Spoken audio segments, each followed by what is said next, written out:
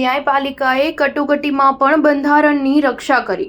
Supreme કોર્ટના 75 વર્ષ પૂરા થતા પીએમ મોદીનું નિવેદન। વડાપ્રધાન નરેન્દ્ર મોદીએ આજે ભારતની સુપ્રીમ કોર્ટની સ્થાપનાના 75 વર્ષ પૂરા થવાના અવસરે ટિકિટ અને સિક્કાનું અનાવરણ કરવાની સાથે કહ્યું કે સુપ્રીમ કોર્ટના 75 વર્ષ પૂરા કરવા તે કોઈ એક સંસ્થાની સફર નથી, પણ આ યાત્રા છે ભારતના બંધારણ અને તેના બંધારણીય મૂલ્યોની।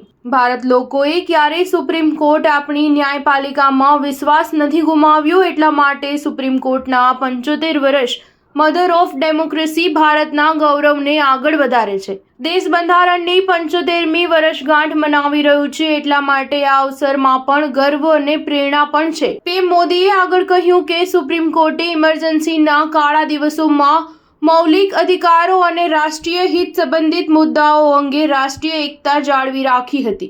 આઝાદીના અમૃતકાળમાં 140 દેશવાસીઓનું એક જ સપનું છે, વિકસિત ભારત, નવું ભારત। નવું ભારત એટલે કે વિચાર અને સંકલ્પથી એક આધુનિક ભારત। આપણી ન્યાયપાલિકા આ વિઝનનો એક મજબૂત સ્તંભ છે। વડાપ્રધાન મોદીએ કહ્યું કે આપણા લોકતંત્રમાં ન્યાયપાલિકા બંધારણની સંરક્ષક મનાય છે, તે પોતાનામાં જ એક મોટી જવાબદારી છે। આપણે સંતોષ સાથે કહી શકીએ છીએ કે આપણી સુપ્રીમ કોર્ટ, આપણી ન્યાયપાલિકાએ આ જવાબદારીનું ખૂબ જ શ્રેષ્ઠ રીતે નિર્વહન કર્યું છે।